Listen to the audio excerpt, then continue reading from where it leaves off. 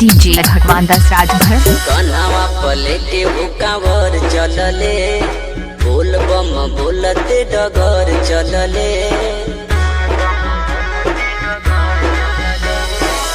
DJ भगवान दास राजभर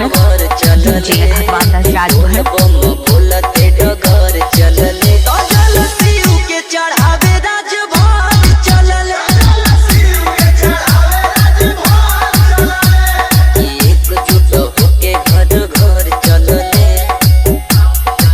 तो जल शिव के चढ़ावे राजभर डीजे भगवान दास राजभर डीजे डीजे भगवान दास राजभर आजमगढ़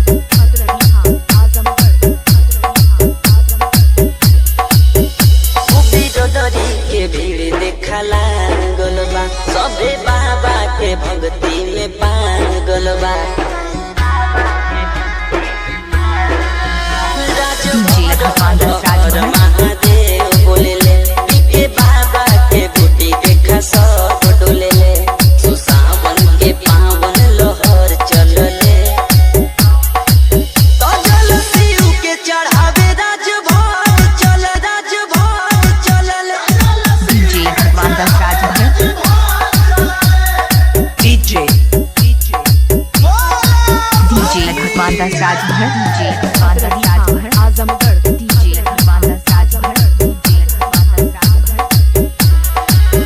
सब गेरुआ के रंग में रंगाइल बा अंकित संदीप संगे देखाइल बा